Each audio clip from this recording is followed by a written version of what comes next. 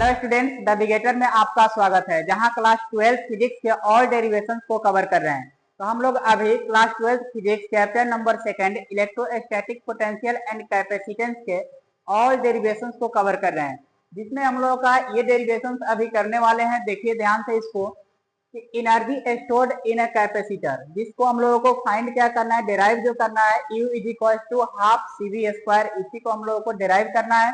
इसके लिए डायग्राम को देखेंगे सबसे पहले कि हम लोगों का दो ठो पैरेलल प्लेट कैपेसिटर है। ये हम लोगों का क्या है, कैपेसिटर ले लिए, इसका दो प्लेट है और इसका एरिया कुछ ना कुछ रहेगा, लेकिन जो एरिया इस प्लेट का रहेगा वही एरिया इसका भी रहेगा। तो ये हम लोग कैपेसिटर ले लिए, इस पर चार्ज क्या है, हम लोगों का पॉजिटिव चार्ज है, प्लस है इधर, और इधर क्या है, हम लोगों का नेगेटिव चार्ज है। ये हम लोगों का चार्ज नेगेटिव है, एक साइड पॉजिटिव और एक साइड नेगेटिव चार्ज है, और ये दोनों प्लेट के बीच का जो डिस्टेंस है D है। बस यही हम लोगों को लिख देना है। पहले इसके कंसीडरेशन में क्या लिखेंगे, लेटेस्ट टेक कंसीडरेशन में हम लोग क्या लिखेंगे, कंसीडरेशन में लिखेंगे latest take two parallel plate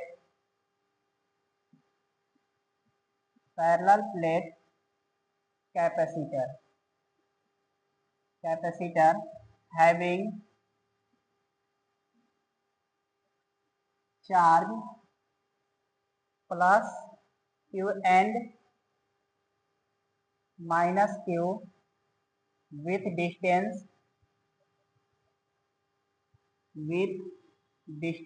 D। आप चाहें तो इस डेरिवेशन में आप ये कंसीडरेशन को स्किप कर सकते हैं, कंसीडरेशन पे ज्यादा ध्यान आपको नहीं देना है। अब देखिए यहाँ क्या करना है, हम लोगों को ये लिखने के बाद हम लोग जानते हैं, क्या जानते हैं, लिख सकते हैं वर्क डन = DW = VdQ। ये VdQ कहाँ से आता है, क्योंकि हम लोग बात कर रहे हैं इलेक्ट्रोस्टैटिक पोटेंशियल का। तो V हम लोग पढ़े हैं क्या, work done upon charge.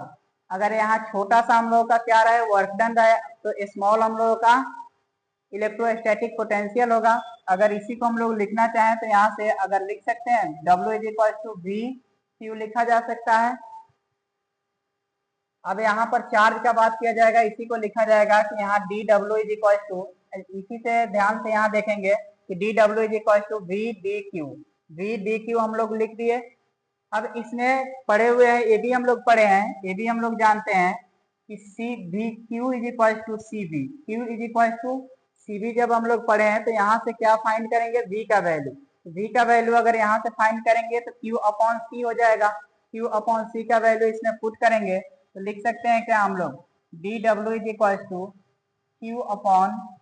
Q/C, लेकिन Q/C को हम लोग स्मॉल रखेंगे, Q/C को स्मॉल रखेंगे, यहाँ आ गया DQ। क्लियर है, ये तो फॉर्मूला का हम लोग यूज किए, तो यहाँ Q क्या ले लेना है, आपको स्मॉल लेना है, फॉर्मूला यहीं रखते हैं।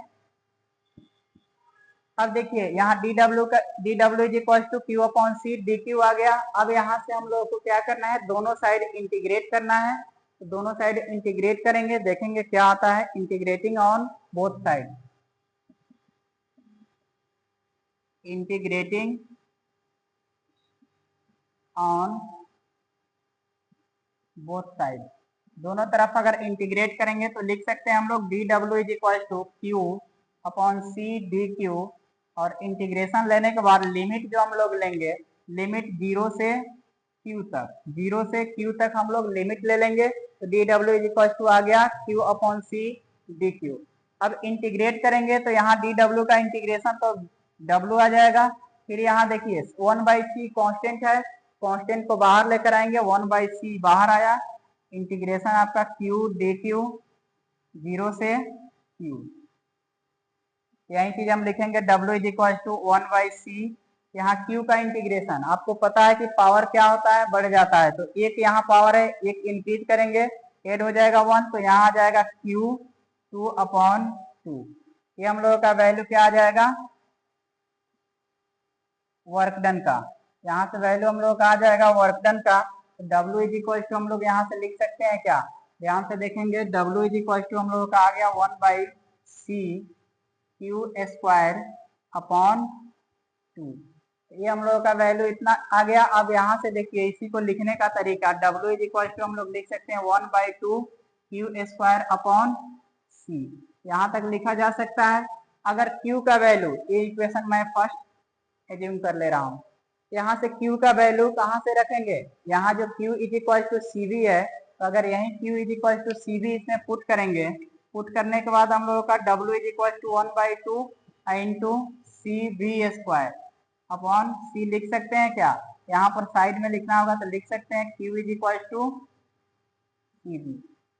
Q is equal to C V, ये वैल्यू उठाए यहाँ पर पुट कर दिए तो सी वी स्क्वायर है, 1C से 1C कैंसिल आउट होगा क्या, W is equal to 1/2 C square V square upon सी।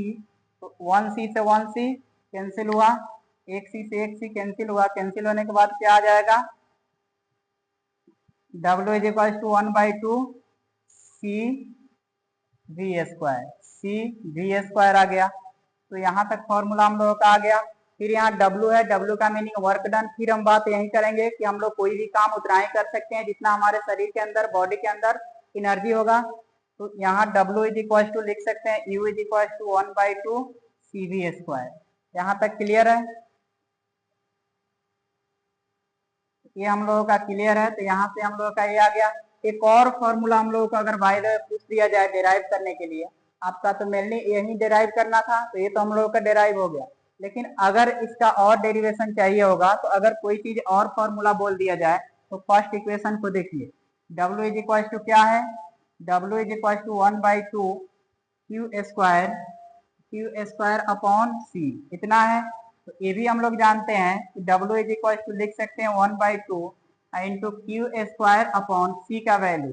अब यहाँ से सी का वैल्यू अगर निकालेंगे तो Q/V आ जाएगा। यहाँ से अगर हम लोग देखेंगे कि Q का वैल्यू, सी का वैल्यू रखेंगे तो C is equal to Q/V कितना हो जाएगा, निकालेंगे यहाँ किसका, सी का वैल्यू तो Q अपॉन V आ जाएगा, और ये वैल्यू उठाएंगे कहाँ पर रखेंगे, सी के प्लेस पर, तो यहाँ आ जाएगा हम लोगों का Q upon V।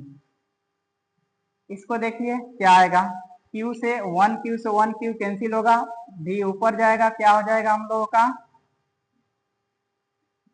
W is equal to 1/2 QV। ये फॉर्मूला हो जाएगा। इसी को अगर लिखना होगा तो W is equal to 1/2 QV।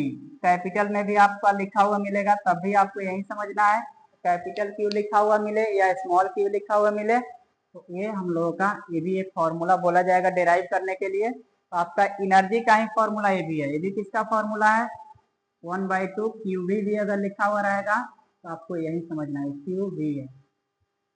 तो इस प्रकार से ये भी फॉर्मूला हम लोगों को डिराइव हो गया। क्या है ये, energy stored in a capacitor, इसके लिए था।